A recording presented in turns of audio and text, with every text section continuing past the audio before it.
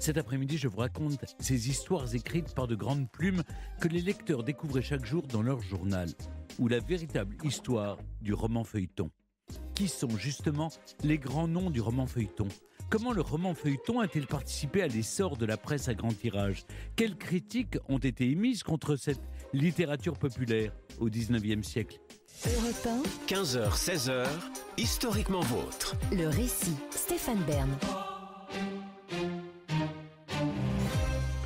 Nous sommes le 15 octobre 1843 et dans le journal des débats s'achève, après 16 mois, un feuilleton littéraire qui passionne la France entière, Les Mystères de Paris. Au milieu des nouvelles et de la réalité du monde se glisse une œuvre de fiction dans laquelle le lecteur suit, jour après jour, les aventures de l'aristocrate Rodolphe qui se déguise en miséreux et vient protéger la veuve et l'orphelin dans les bas-fonds de Paris. Lui-même cherche à se repentir des fautes qu'il a commises par le passé. De drames en coups de théâtre, comment s'achèvera ce récit haletant, tout droit sorti de l'imagination de l'écrivain Eugène Sue ? Toute la France veut le savoir, y compris de grands écrivains comme Alexandre Dumas, Victor Hugo ou encore George Sand. Théophile Gautier déclarera même que des malades ont attendu la fin des mystères pour mourir. Certains, les heureux abonnés, reçoivent leur journal chez eux et peuvent découvrir ce dernier épisode sans plus attendre. D'autres courent se le procurer en ville. Les journaux sont alors vendus par des colporteurs dans les rues passantes de Paris, d'abord dans des boîtes, puis quand ils se multiplient au point d'en déborder sur des tréteaux, car le premier kiosque à journaux de Paris ne sera inauguré que 14 ans plus tard, en 1857. On lit, on dévore même ce dernier épisode des Mystères de Paris. Les uns se penchent par-dessus les épaules des autres. Quand certains ne savent pas lire, on leur fait même la lecture. Dans les cabinets de lecture, l'ancêtre des bibliothèques municipales, les queues sont interminables pour lire enfin la fin du feuilleton. Et on peut deviner que, comme pour nos séries d'aujourd'hui, les spoilers ou divulgateurs n'étaient pas appréciés. Difficile d'y échapper cependant, car ce roman est sur toutes les lèvres, y compris celles des politiques qui s'approprient ou rejettent ce texte, jugé tour à tour trop tiède ou trop radical. C'est un véritable phénomène qui secoue le pays tout entier et fait vite des émules. Car les Mystères de Paris se voient bientôt copiés, mais peut-être jamais égalés. Et pas par n'importe qui, puisque c'est Émile Zola qui s'attaque aux Mystères de Marseille et Paul Féval qui écrit les Mystères de Londres, et il y aura aussi des Mystères de Naples, de Florence, de Berlin, de Bruxelles. Au théâtre, en 1844, sur des lithographies, de la vaisselle, des éventails et autres objets du quotidien, les mystères se rejouent et marquent profondément la vie des Français de l'époque. Mais comment ce récit hors du commun a-t-il vu le jour ? Et d'où vient cette presse feuilletonnante, d'où il a émergé et dont il constituera l'un des exemples les plus brillants d'un genre littéraire à part entière. Le roman feuilleton apparaît dans la première moitié du XIXe siècle dans un contexte très spécifique. En effet, c'est le début de la culture de masse et les journaux séduisent chaque jour un peu plus de lecteurs. Ce qui facilite cette diffusion, c'est la mécanisation du processus d'impression, la baisse du prix des journaux, mais aussi l'alphabétisation des classes populaires. La presse écrite ne connaît pas encore son apogée. Il faudra attendre la Troisième République. Mais déjà dans les quotidiens commence alors à se développer, tout en bas, au rez-de-chaussée du journal, ce qu'on appelle le feuilleton. Cet espace est d'abord occupé par des critiques théâtrales ou littéraires dans lesquelles s'affrontent les grands noms de la scène culturelle à coups de pique bien sentis. Mais bien vite, la fiction y prend de l'importance. D'abord avec des nouvelles, puis avec des romans de plus en plus longs. Car c'est réellement à cette époque que cette forme littéraire s'impose. Avec le roman feuilleton, les récits changent de forme. Leur fin est sans cesse différée. Et ce qui prime, c'est la logique du « à suivre ». Chaque jour, des lecteurs avides se ruent sur leur journal pour retrouver leurs héros et héroïnes et connaître leur destin tantôt tragique, tantôt épique et tantôt même comique. Mais cette popularité du roman feuilleton suscite la méfiance des autorités d'une grande partie de la classe politique. Il y a un tel engouement pour ces histoires qui n'en finissent pas, n'est-ce pas un peu dangereux ? Comme la télévision et les jeux vidéo plus tard, on accuse le roman feuilleton d'abrutir les masses et de les détourner du réel. Un réel dans lequel pourtant le roman feuilleton puise bel et bien son inspiration, car la satire y est présente et les classes les plus populaires y trouvent leur place. Les petites gens apprennent à lire, d'autres participent à des lectures collectives et tous peuvent mettre le nez dans les journaux et donner leur avis désormais.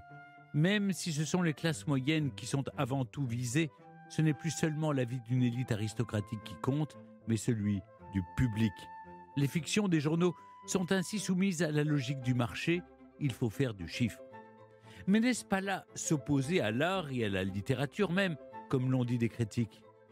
L'écrivain ne devrait-il pas s'éloigner de la rumeur du monde pour mieux écouter les muses lui dicter des chefs-d'œuvre ? Certes, mais les écrivains sont avant tout des humains et ils doivent manger et donc vendre. Et dans ce contexte industriel, naissent plusieurs grands noms de la littérature comme Alexandre Dumas, Émile Zola, Gaston Leroux ou Maurice Leblanc. Même les auteurs qu'on n'associe pas au feuilleton sont obligés d'utiliser les journaux. Pour faire connaître son livre, il fallait en passer par la presse, et les esthètes comme Jules Barbet d'Aurevilly, Joris Carl Huysmans n'y échappent pas plus que les autres. Parmi les premiers à publier leurs romans sous forme de feuilleton, il y a Honoré de Balzac, maître du réalisme avec sa comédie humaine. Au sein de son œuvre colossale, plusieurs romans font ainsi leurs premiers pas dans les journaux. La Presse, Le Constitutionnel ou Le Siècle. À partir de 1836, tous ces romans paraissent dans des quotidiens avant d'être compilés en volumes reliés. Pour soutenir le rythme intense de ces parutions et ne pas être dérangé, Honoré de Balzac écrit la nuit. Ses journées durent de minuit à 6 heures du soir et selon lui, ces 18 heures ne suffisent pas à accomplir tout le travail nécessaire. Pour tenir, il consomme avidement du café. Les maux que ce breuvage lui cause, s'il est pris à jeun, participent selon lui à son succès. En agitant les parois de son estomac, le café agite ses idées. Et des idées, il en faut. Si le feuilleton a souvent pour point de départ des personnages ordinaires ou familiers du public, les rebondissements s'enchaînent et ils doivent marquer. Dans le feuilleton, on préfère le rythme à la profondeur psychologique, le coup d'éclat à la nuance. En apparence seulement, car dans les milliers de pages que produit Balzac se cachent bien entendu des figures ambiguës et fascinantes comme Vautrin, ancien forçat homosexuel inspiré du bien réel Eugène François Vidocq. Précurseur, Balzac ne maîtrise pas aussi bien le rythme du feuilleton que ceux qui lui succèdent. Avec leurs cliffhangers qui laissent leur récit sur un moment de suspense, les feuilletonistes incitent le lecteur à lire le journal du lendemain pour découvrir la suite. À noter que si le mot cliffhanger vient d'outre-Manche, il est bien issu du feuilleton. Cette expression viendrait du serial de Thomas Hardy, A Pair of Blue Eyes. Le cliffhanger, qui donne son nom au genre, dépeint un protagoniste suspendu au bord d'une falaise, d'où le cliff, falaise, et hang, suspendre.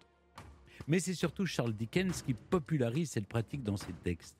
Il crée des attentes telles qu'en 1841, une horde de fans guette le bateau supposé leur livrer la suite du feuilleton, le magasin d'antiquités. Est-ce que Little Nell est morte, crie-t-il depuis le quai ? Ils auront la réponse sur papier dans quelques instants, mais l'attente semble insoutenable. En 1842, le roman feuilleton prend réellement son envol avec la publication des Mystères de Paris dans le journal des débats dont je vous parlais au début de mon récit. Mais Eugène Sue, son auteur, n'est au départ pas vraiment enthousiaste à l'idée de s'attaquer à la rédaction de ce qui restera pourtant son œuvre la plus reconnue.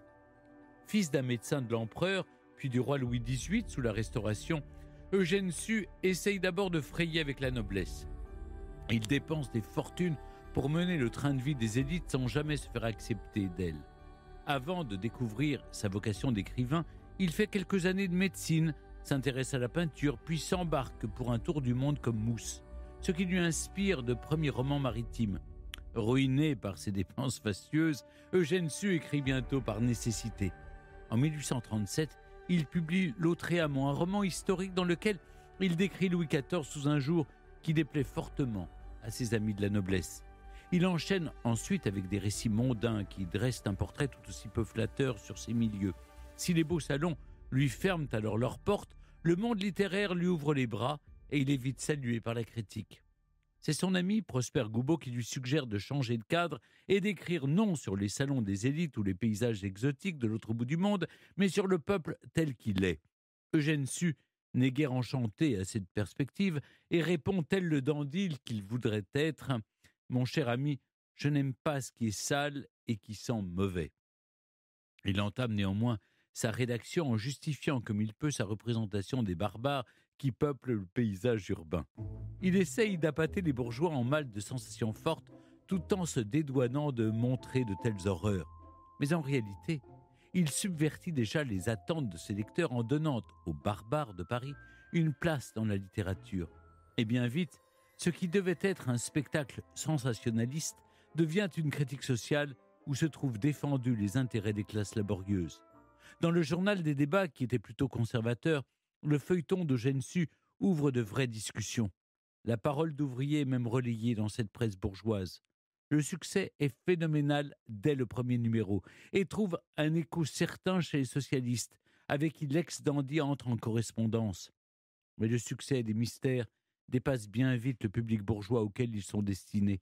Des gens moins bien nés se prennent aussi de passion pour ce feuilleton. Au contact de son lectorat, le positionnement d'Eugène Sue lui-même glisse alors peu à peu vers une gauche philanthrope. Loin de tracer le portrait des atrocités des miséreux, il a à présent pour ambition d'écrire une œuvre morale. Dans Les Mystères de Paris, le lecteur est guidé par un aristocrate, Rodolphe, qui se déguise en homme du peuple pour enquêter. Au fil de ces rencontres, notre héros découvre la cause du mal, la misère qui pousse des individus foncièrement bons aux pires extrémités. Eugène Sue y démontre l'impact qu'ont des conditions de vie misérables sur l'intégrité morale des personnages. Il décrit la misère des hospices et des prisons, la partialité de la justice et l'indifférence de la noblesse. Il plaide aussi pour un projet politique de charité, mais aussi pour des réformes avec des aides sociales. Il consulte même des ouvriers pour certaines idées comme sa banque des pauvres.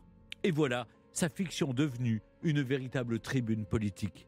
Comme son héros Rodolphe, grand-duc de Gerolstein, Eugène Sue se met lui aussi à se déguiser en ouvrier pour arpenter les bas quartiers. Assimilé à son personnage, il est sollicité par de nombreux lecteurs pour une aide financière. Mais malheureusement, contrairement à son héros, et malgré sa popularité, Eugène Sue ne dispose pas de moyens illimités d'un prince. Il doit vite passer la main à son réseau de philanthropes en herbe pour le relayer dans ses bonnes œuvres. Jusqu'à sa mort, Eugène Sue reçoit de l'argent à remettre à des œuvres caritatives.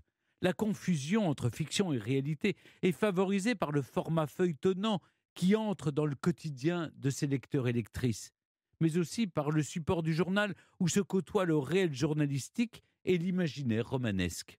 Aujourd'hui, l'œuvre de Sue peut paraître moralisatrice et naïve, cependant, elle porte un projet politique réel.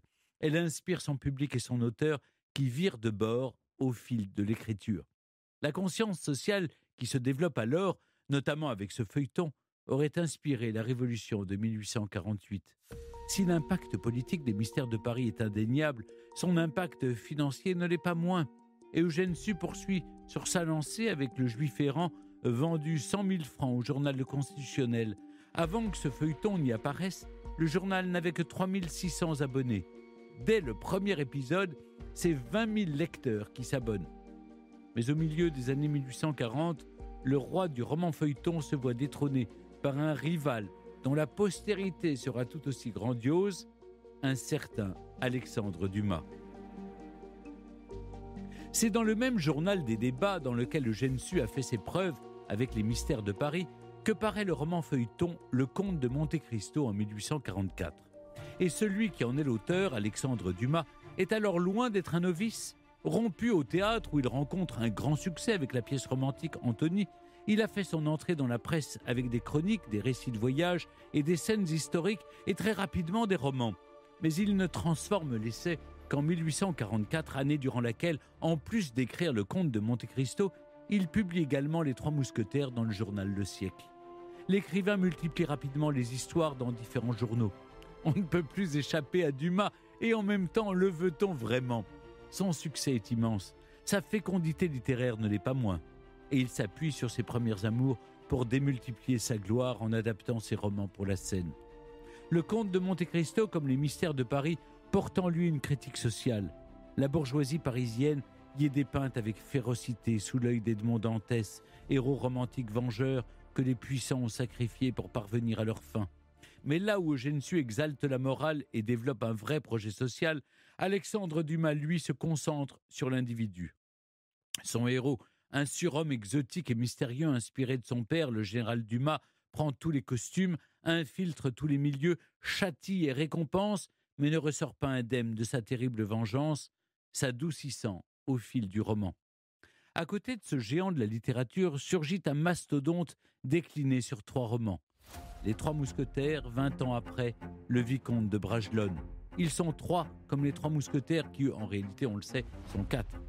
Ces monuments de la culture populaire réinventent notre patrimoine historique avec 4 anti-héros aussi glorieux que pathétiques. Athos, Porthos, Aramis et D'Artagnan incarnent chacun une facette de l'aristocratie chevaleresque et l'annonce de son évolution. Avec eux, Dumas immortalise le corps de l'armée des mousquetaires et construit une véritable légende française. Et il ne s'arrête pas là. À travers des dizaines et des dizaines de romans, Alexandre Dumas puise dans l'histoire de France ses personnages remarquables et ses événements des plus sordides aux plus cocasses. Il en tire le fil romanesque qui tient ses lecteurs en haleine. L'auteur a beau avoir des collaborateurs comme Auguste Maquet, c'est toujours bien Dumas qui décide de ses récits et il a le mot de la fin. Son œuvre phénoménale est bien la sienne. Aux côtés de ce géant infatigable s'illustrent bientôt d'autres feuilletonistes. On peut citer Paul Féval, qu'on connaît surtout aujourd'hui pour Le Bossu, roman de cap et d'épée dans la lignée des mousquetaires. Mais, comme je l'ai dit plus tôt, il s'illustre également avec des mystères façon Gensu. Sauf que, loin d'être une pâle copie des mystères de Paris, ces mystères de Londres portent un discours royaliste et anglophobe en étant pro-irlandais, bien éloigné du socialisme dessus. Avant lui, Frédéric Soulier s'illustre dès les années 1830. Si son nom est moins évocateur que celui des autres aujourd'hui, il est l'un des feuilletonistes les plus lus et appréciés de son époque. Brillant dans l'historique, le fantastique ou le roman de mœurs. En parallèle de ses activités littéraires, il est directeur d'une scierie. Il emmène d'ailleurs ses employés au théâtre pour faire la claque, c'est-à-dire pour applaudir en premier, pour entraîner les autres spectateurs et ainsi soutenir ses pièces ou celles de ses amis. Mais voilà quelques années que la Révolution de février, en 1848, a ralenti un peu le rythme de parution des feuilletons. Les conservateurs font de cette littérature, je vous le disais, avec Eugène Sue, la responsable du trouble public.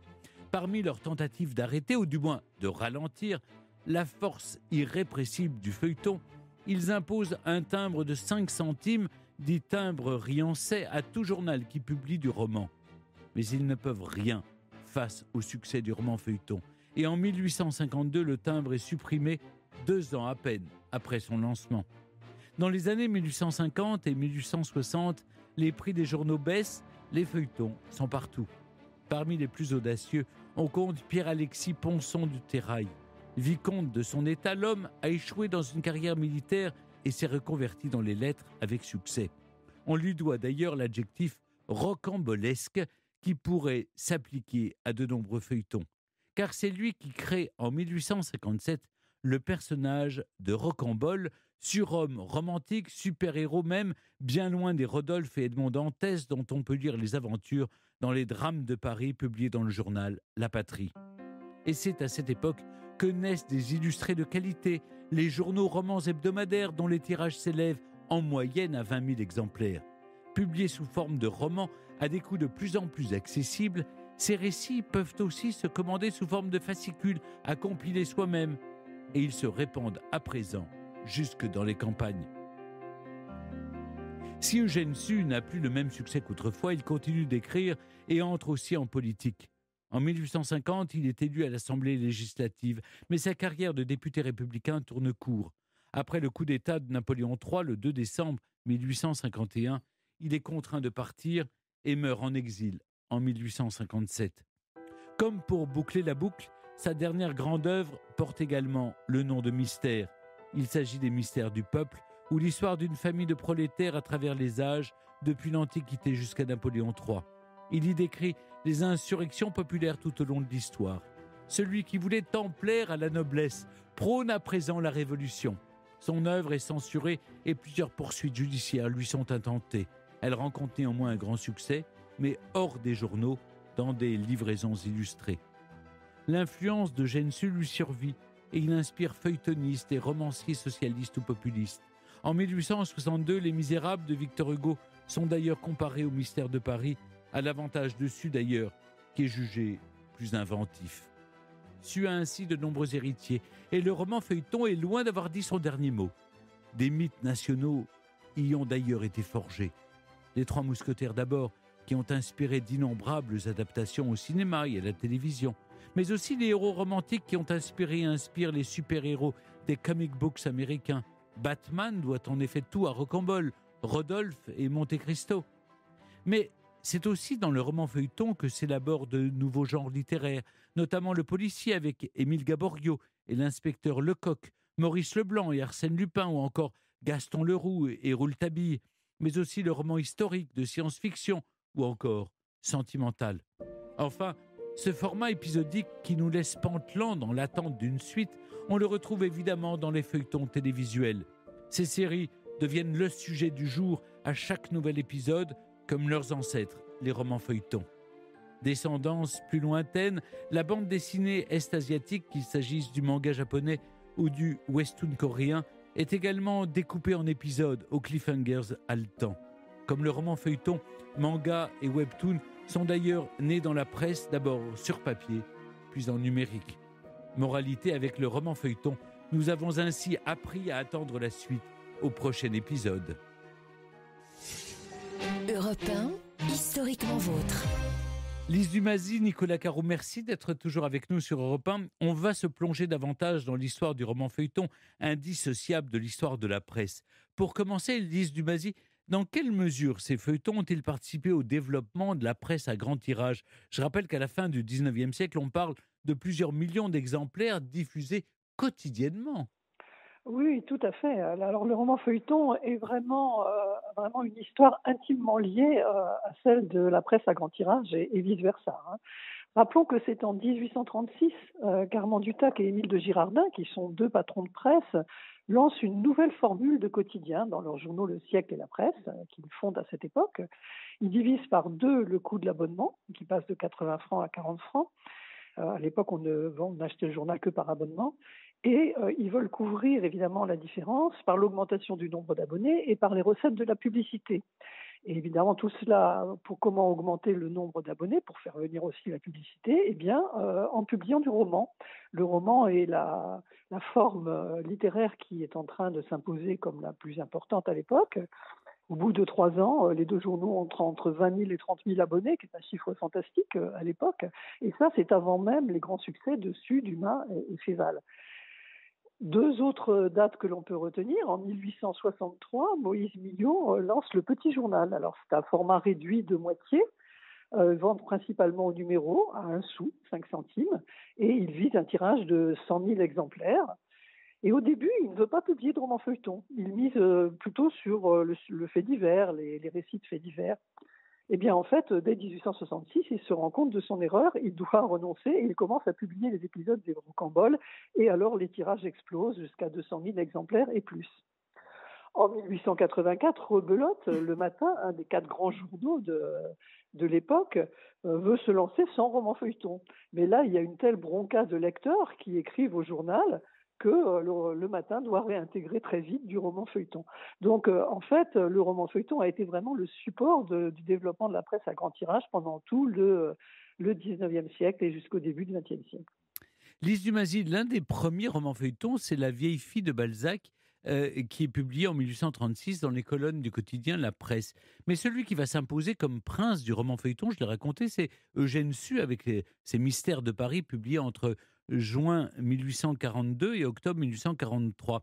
Est-ce qu'il est pour vous celui qui incarne le mieux ce phénomène littéraire ? Alors, je dirais oui et non, en fait. Eugène Sue est évidemment incontestablement un des principaux promoteurs du roman feuilleton populaire, sous la forme des Mystères de Paris. Mais Eugène Sue meurt en 1857. Il n'est pas publié sous le Second Empire parce qu'il est interdit, ayant viré au socialisme, il est censuré. Et je dirais que Alexandre Dumas est peut-être celui qui, pour moi, représente le mieux le roman feuilleton, avec Le Comte de Monte Cristo, qui a eu un succès énorme, égal à celui des Mystères de Paris, avec ses grands cycles romanesques, Les Trois Mousquetaires et la suite, La Reine Margot et la suite. Il est vraiment sur le devant de la scène, et les adaptations théâtrales qui sont très importantes dans le cas de Dumas, qui était un homme de théâtre, vont multiplier encore le succès de ces romans feuilletons. Mais si l'on prend l'ensemble du roman feuilleton, même si Eugène Sue reste en effet important, je pense quand même qu'Alexandre Dumas est celui qui représente le mieux le roman feuilleton. Nicolas Caro, je sais que vous partagez la même idée sur Alexandre Dumas, mais Les Mystères de Paris sont reparus il y a quelques semaines, édités en 4 volumes. Qu'est-ce qui séduit encore aujourd'hui sous la plume d'Eugène Sue? Bah, ce qui séduit dans Les Mystères de Paris, à mon avis, c'est le pitch de départ, le synopsis, avec cet aristocrate qui se déguise en homme du peuple et puis pour sauver la veuve et l'orphelin. Effectivement, c'est Batman, etc. Depuis, il y a eu plein de successeurs au prince Rodolphe. Et puis, il y a aussi la sociologie. Eugène Sue décrit très bien la sociologie de l'époque. Mais qu'est-ce qui explique qu'aujourd'hui ça séduise encore? Eh ben, à mon avis, ça ne séduit pas tellement aujourd'hui, Eugène Sue et Les Mystères de Paris. Je veux dire, demander dans la rue à quelqu'un s'il connaît le prince Rodolphe, c'est pas du tout sûr. De lui parler, lui, de D'Artagnan, Aramis, là, oui.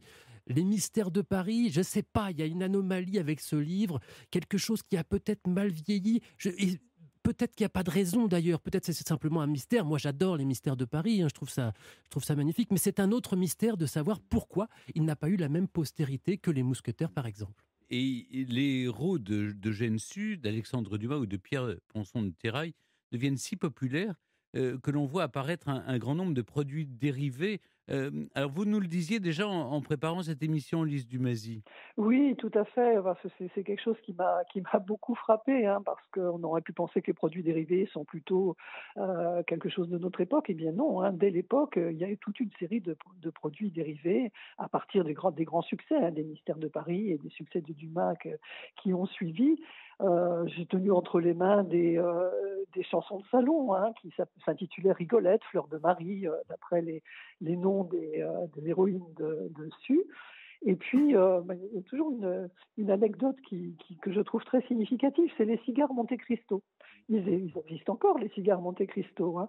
Eh bien, ils ont été nommés ainsi par des ouvriers cigariers cubains à qui on lisait le Comte de Monte Cristo pendant qu'ils travaillaient et qui ont tellement aimé le livre qu'ils ont écrit à Dumas pour lui demander s'il pouvait donner le nom d'un de leurs cigares, d'un de ses héros, à leur cigare. Et Dumas a accepté, et donc c'est ainsi qu'on a encore de nos jours les cigares Monte Cristo. Au fond, Nicolas, comme leur héros, les auteurs de romans feuilletons, à l'instar d'Alexandre Dumas, sont extrêmement populaires. Pour être lu à l'époque, pour être reconnu, il faut publier dans les journaux. Il n'y a pas d'autres solutions. Ben voilà, c'est ça. Puis surtout, c'est effectivement ce média qui permet de toucher le plus de monde et donc de montrer ce qu'on sait faire d'une certaine manière. Et ensuite, il y a ceux qui savent en profiter parce qu'on parle de ceux qu'on connaît encore aujourd'hui, mais il y a tous ceux qu'on a oubliés aussi à l'époque, hein, qui ont disparu complètement, les pauvres. Parfois, quand on est un peu spécialiste, on les trouve, on en a quelques-uns dans sa bibliothèque. Ah, tu connais pas truc et machin. Mais en fait, ceux qui ont réussi à traverser les époques, c'est ceux qui avaient le plus de talent pour cette forme-là. Lise Dumazy, un mot sur les critiques parfois virulentes émises à l'encontre de cette nouvelle forme de littérature. Au milieu du 19e siècle, comment l'élite intellectuelle perçoit-elle justement le développement de ces feuilletons? J'imagine qu'il y a des arguments qui sont opposés. Ah oui, tout à fait. Alors la critique académique, elle s'est exprimée dès le début du roman feuilleton, hein, dans les revues littéraires principalement, hein, qui publiaient elles aussi d'ailleurs des études littéraires, mais aussi de la poésie, des nouvelles ou de courts romans. Alors on connaît on connaît en général le fameux article du critique Sainte-Beuve qui est paru en 1839 et qui s'intitulait De la littérature industrielle. Mais en réalité, beaucoup d'autres critiques l'ont accompagné à l'époque. Alors, quelles critiques sont adressées au roman feuilleton? Alors, c'est intéressant parce que on y voit que le roman feuilleton y est présenté comme une littérature spécifiquement moderne, en ce qu'elle est industrielle, démocratique et de masse. Alors, industrielle, on ne disait pas commerciale à l'époque, hein. Ce sont vraiment des images qui collent au roman feuilleton. Il faut produire vite, il faut produire beaucoup, il faut produire à bas prix et il faut faire de la quantité plutôt que de la qualité. Donc, on dit que évidemment cette rapidité d'écriture entraîne une négligence du style. Et on parle de travail à la chaîne, c'est intéressant parce que le travail à la chaîne n'existait pas à l'époque, hein. Mais on parle déjà de travail à la chaîne. Donc, on produit une marchandise, un produit de consommation, on dit ça aussi, au lieu d'un objet d'art. Mais Nicolas Caro, aujourd'hui, ce type de critique, on l'entend toujours concernant la littérature dite populaire. heureusement, on l'entend pas souvent à titre global contre Oui, la littérature non, populaire en particulier. mais contre certains auteurs. Bah, c'est ça, parce que et c'est pas parce que c'est pas une forme contre une autre, en fait. Il y a de la très, très bonne littérature populaire, il y en a aussi de la très, très mauvaise. Mais par exemple, pour moi, la littérature populaire, c'est juste qu'il y a une bonne intrigue et puis que ça va droit au but, quoi. Et qu'il n'y a pas non plus de trop d'artifices, etc., littéraires et tout. Et moi, j'adore les deux formes. Mais par exemple, tout le monde adore Stephen King. J'ai entendu assez peu de critiques, sauf au début. Et personne ne s'aviserait de dire que Pierre Lemaitre écrit mal, alors que c'est de la pure littérature populaire géniale.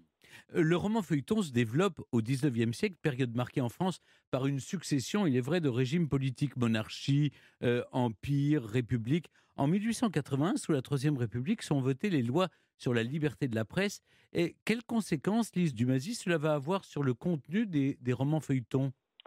Mais à vrai dire, paradoxalement, les lois sur la liberté de la presse n'ont pas vraiment affecté le roman feuilleton, hein. À cette époque, il est déjà très bien installé dans le rez-de-chaussée de tous les journaux et il va y rester sans grand changement. En réalité, la censure de la presse vise essentiellement le discours politique du journal, hein, beaucoup moins le roman feuilleton qui est de la fiction et à qui on permet du coup beaucoup plus, hein. D'ailleurs, effectivement, lors des périodes de censure, c'est souvent dans le roman feuilleton que se retrouvent de façon oblique un certain nombre de critiques, hein, oblique de dire, et ça passe parce qu'on regarde de moins près le roman feuilleton, hein. Les Mohicans de Paris, ainsi, sont une affirmation républicaine en plein de Dumas, hein, en plein cœur du Second Empire. Mais ces lois, je dirais, ont permis quand même une grande diversification de la presse. Et l'on peut penser que des auteurs comme Michel Zévaco, hein, le créateur de Pardaillan, qui était un authentique anarchiste, auraient probablement difficilement pu publier ses romans dans un autre contexte, hein, même s'il se déroule en fait au XVIe siècle, ce qui relativise aux yeux de l'autorité les critiques qui pouvaient s'y trouver. Je me suis toujours posé une question. Quel impact ces romans feuilletons, publiés chaque jour dans la presse, ont-ils sur la littérature? Je veux dire, sur le livre, hein, sur l'édition? Alors en fait, là encore, comme avec le journal, je dirais que le roman feuilleton a vraiment participé du développement de l'édition au XIXe siècle, hein. Le monde de l'édition s'est très bien adapté, il en a même profité en fait. De nouveaux formats ont été inventés. Ainsi, avant 1836, le format courant du livre, c'était l'inoctavo, les gros livres, hein, avec la typographie très aérée, qui était très cher, hein, 7 à 10 francs le volume, et il en faut souvent plusieurs pour un roman de taille moyenne, sachant qu'un ouvrier gagne en moyenne 3 francs par jour, hein. Et donc, c'était un peu réservé aux riches, hein, bon, sauf par les cabinets de lecture où on pouvait le louer quand même. Mais tous les romans feuilletons ont d'abord été publiés sous ce format. Et puis, très vite, en 1838, un éditeur a inventé les 18, qui est au gros la taille de notre livre de poche, hein, qui se vendait du coup en plus grand nombre, s'imprimait en plus grand nombre, se vendait à 3 francs 50, à 2 francs le volume. Et bientôt, tous les éditeurs ont adopté ce format. Et donc, bon, il y avait aussi les livraisons illustrées, hein, qui étaient entre le livre et le journal. Et le format IN18, sous le format IN18, Hachette a développé sa bibliothèque des chemins de fer, hein, sous le Second Empire, qui était distribuée dans les gares, hein, parce que l'édition a aussi bénéficié d'un développement rapide des réseaux de diffusion. Le nombre de libraires a été multiplié par 3, hein, entre 1840 et 1910, on aimerait voir ça. Donc il y a eu vraiment une inventivité d'édition qui s'est développée tout en parallèle du roman feuilleton et du journal, parce que cette édition publiait indifféremment des romans feuilletons et des romans classiques, hein. Stendhal a été, la première édition complète de Stendhal a été dans ces éditions, jusqu'au début du XXe siècle, qui a lancé avec Fayard le livre populaire, et puis des collections qui ont tendu à se spécialiser, hein, collection Crime et Châtiment, romans de KPDP, etc. Mais cette spécialisation ne date que du début du XXe siècle. Mmh. Alors, on va finir avec de précieux conseils de lecture. Et je me tourne vers vous, Nicolas Caro. Quels sont les nouveaux feuilletonistes aujourd'hui? Les feuilletonistes modernes, ils sont plutôt connus, mais alors il y a les Américains, parce qu'ils nous ont vraiment pris ça, les Américains. Aujourd'hui, on assiste en France quand même à un renouveau tranquille, doucement, de ces feuilletonistes. Et je pense à Pierre Lemaitre, dont on a parlé tout à l'heure, qui d'ailleurs publie ses romans comme des feuilletons, c'est-à-dire que c'est pas dans les journaux, mais chaque roman se termine par un cliffhanger et il faut acheter le roman suivant pour connaître la suite. Et c'est très, très, très bien fait. C'est un héritier de Dumas, il le revend Mozambique d'ailleurs sans aucun problème. Et puis aux États-Unis, bien sûr, il y a George Martin, Game of Thrones, qui lui écrit au fur et à mesure. Et il y a un phénomène hyper intéressant, c'est qu'il a été devancé par la série télé adaptée de sa propre œuvre. C'est-à-dire que quand la série télé s'est terminée, lui n'avait pas encore totalement fini son roman à lui. Donc la série a pris son indépendance par rapport à la littérature. J'avais trouvé ça très intéressant. Puis évidemment, le maître, c'est Stephen King. Si on lit La Ligne verte, vous savez, qui avait été adapté en film avec Tom Hanks, en fait, Stephen King l'avait écrit en feuilleton à la demande d'un journal. Il l'avait écrit en feuilleton et ensuite il l'a publié en roman, et il explique dans la préface d'ailleurs comment il a fait pour recoller les morceaux entre les différents épisodes, en expliquant qu'un roman c'est pas tout à fait non plus un feuilleton, et donc il a fallu revoir les transitions, etc., entre chaque chapitre, parce qu'à chaque fois il était obligé de recontextualiser dans les journaux, ce qu'il n'a pas à faire dans le roman. Moins. Merci beaucoup, Nicolas. On vous retrouve évidemment tous les dimanches à 19h dans La Voix et Livre sur Europe 1, et le matin aussi dans la matinale de notre ami Dimitri Pavlenko. Lise Dumazy, merci de nous avoir accompagnés cet après-midi dans Historiquement Vôtre pour retracer la véritable histoire du roman feuilleton. Votre livre, La querelle du roman feuilleton, littérature, presse et politique, un débat précurseur 1836-1848, est paru aux éditions Élug. Merci beaucoup. Historiquement Vôtre sur Europe 1 et en podcast sur europe1.fr. À la Massif, la parole de nos sociétaires sera toujours notre meilleure publicité. Philippe, sociétaire pro et entrepreneur à Dijon, a dit: Quand on a créé notre entreprise, on avait la volonté d'avoir un assureur qui comprenne ce que l'on fait. Et on a trouvé avec la Massif et avec notre conseiller pro, quelqu'un qui a très vite compris ce dont on avait besoin. Aujourd'hui, on a la conviction qu'ils vont pouvoir nous accompagner longtemps. On a les mêmes convictions, Philippe. La Massif assure et accompagne les pros. La Massif, c'est vous. Retrouvez toutes nos offres et mentions sur massif.fr. Massif, société d'assurance mutuelle régie par le Code des assurances.